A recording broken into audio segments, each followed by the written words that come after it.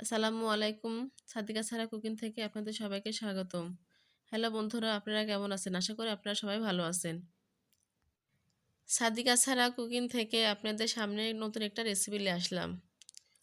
জানি না এই রেসিপিটা আপনাদের কাছে নতুন না কি পুরাতন। আমার কাছে নতুন মনে হলো, তাই আমি এই রেসিপিটা আপনাদের সাথে শেয়ার করলাম। আমার এই নতুন রেসিপিটা হলো ভেড়ার পায়ের নেহারি বা ভেড়া যে ছাগল থাকে সেটা নেহারি।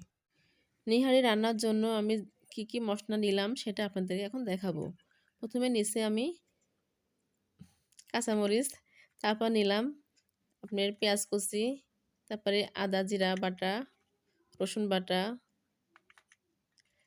হলুদের গুঁড়া, ধনিয়া গুঁড়া, মরিচের গুঁড়া,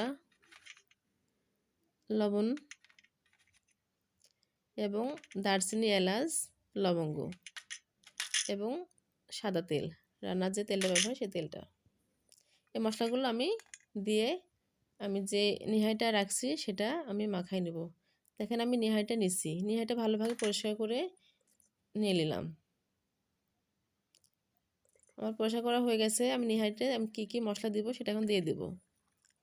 প্রথমে আমি পেঁয়াজটা দিয়ে দিলাম, পেঁয়াজ কুচি, তারপরে কাঁচামরিচটা দিয়ে দিলাম, তারপর রসুন বাটাটা দিয়ে দিলাম,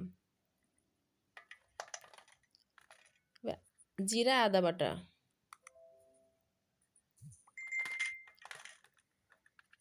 এবার দিয়ে দেব হলুদের গুঁড়া, ধনিয়া গুঁড়া, মরিচের গুঁড়া, তারপর দিয়ে দেব লবণ। যে মশলাটা আমি রাখছিলাম সেটা দিয়ে দিচ্ছি, এলাচ, লবঙ্গ বা দারচিনি। এবার দিয়ে দেব আমি তেল। তেলটা আমি পরিমাণ মতো দিয়ে দিচ্ছি, দিয়ে মশলাটা একসঙ্গে দিয়ে আমি নিহাইটা মাখাই নিলাম হাত দিয়ে। মাখাই নিয়ে আমি এবার যেটা রান্না করব আমি হলো প্রেশার কুকারে। আমি প্রেশার কুকারে মাখানো নিহারিগুলো ঢেলে দিলাম, দিয়ে আমি পরিমাণ মতো পানিটা দিয়ে দেব। নিহারি সিদ্ধর জন্য যে পানিটুকু লাগবে আমি পানিটা দিয়ে দিলাম, পানি একটু বেশি লাগে সেজন্য বেশি দিয়ে দিলাম। দিয়ে আমি ঢাকনা দিয়ে আমি চুলার কাছে রান্নার জন্য নিয়ে যাব। দেখেন চুলাটা আমার রেডি। আমি এখন রান্না করব। আমি নিহারিটা উঠাই দিলাম চুলাতে। আমি 15 মিনিট পর আমি চলে আসলাম।